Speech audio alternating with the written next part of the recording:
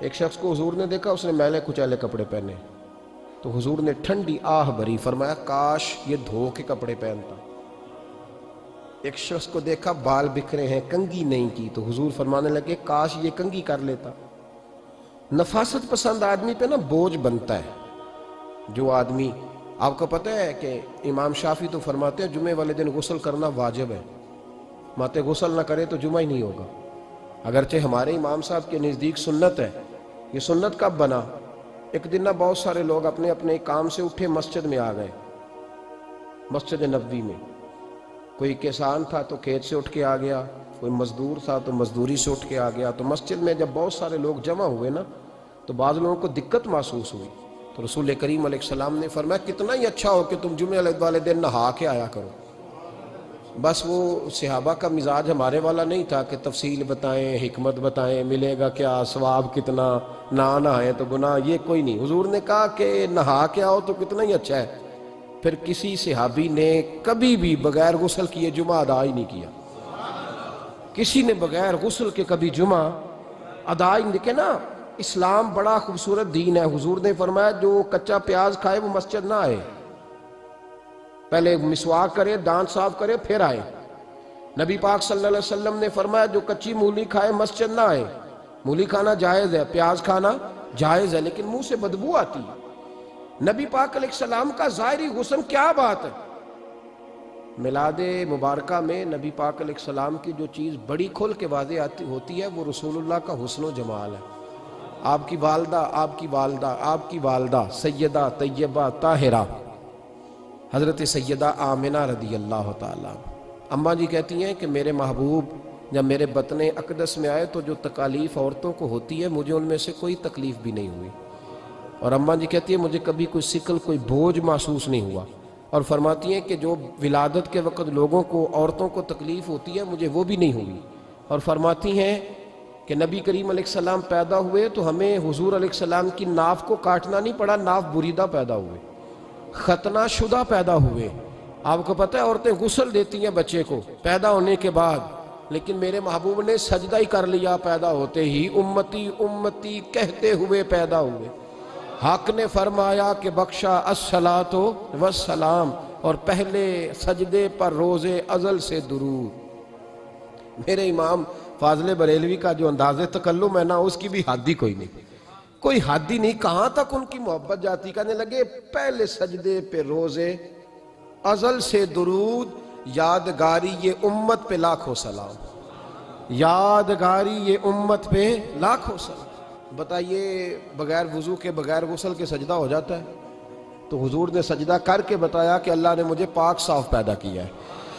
نبی پاک صلی اللہ علیہ وسلم کی والدہ نے جب یہ باتیں ارشاد فرمائیں تو لوگوں نے پوچھا ان سے کہ اماں جی پھر آپ ایک جملے میں بتائیں کہ ماجرا سارا کیا تھا، آخر ایک ولادت تو ہوئی نا، آپ کے وجود اطہر سے ایک بچہ تو نکلا، تو یہ کیا تھا؟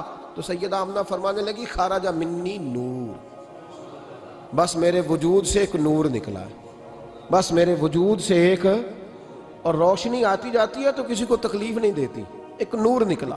میرے رسول کریم علیہ السلام کو ظاہری حسن بھی کمال دیا، اور پھر حضور کی نفاست پسندی، صفائی پسندی۔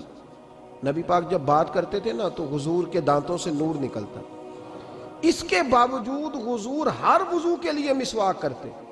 میں نے ہر نماز کے لیے نہیں کہا، میں اپنے لفظوں کا ذمہ دار ہوں۔ کس کے لیے بولے آپ حضرات؟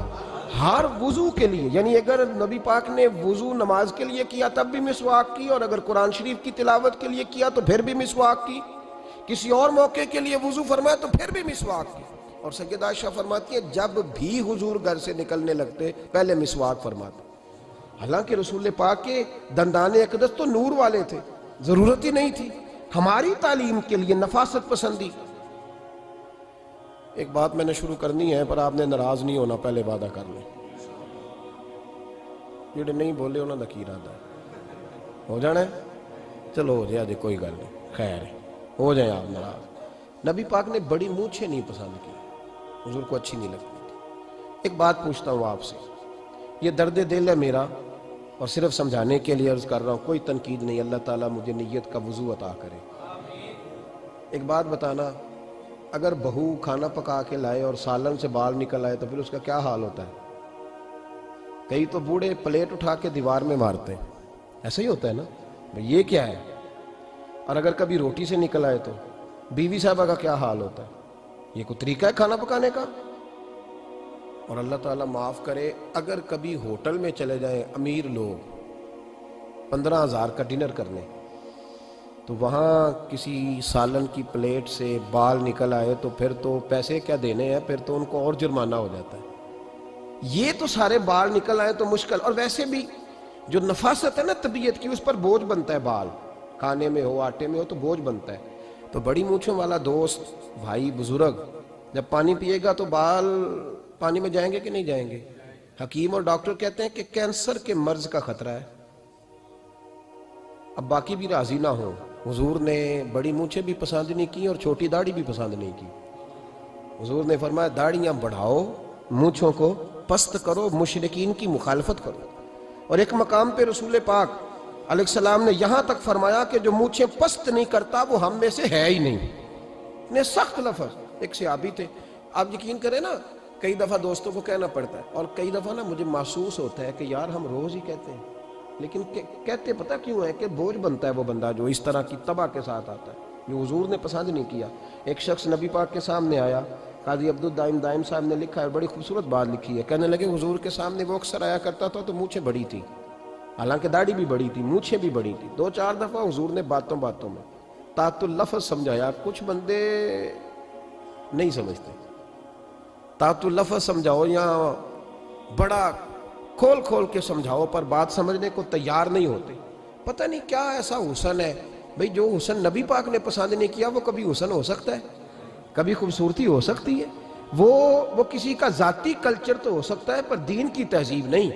نبی کریم علیہ السلام نے کئی دفعہ سمجھایا تو ان کی سمجھ میں بات نہ آئی۔ ایک دن وہ بیٹھے ہوئے تو حضور نے ایک صحابی سے فرمایا کینچی لاؤ۔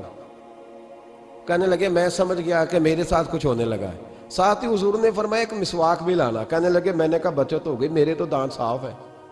تو یہ شاید اس کی بات ہونے لگی ہے جس کے دانت بھی ٹھیک نہیں۔ دونوں چیزیں جب آ گئی نا تو حضور اٹھے اور نبی پاک نے مسواک ان کے ہونٹوں پہ رکھی، اسی سے آبی کی ہونٹوں کے اوپر مسواک رکھ کے تو اوپر سے حضور نے مونچھیں کاٹ لی۔ فرمایا یہ نہ ایسا کرو، یہ چیز مجھے پسند نہیں ہے۔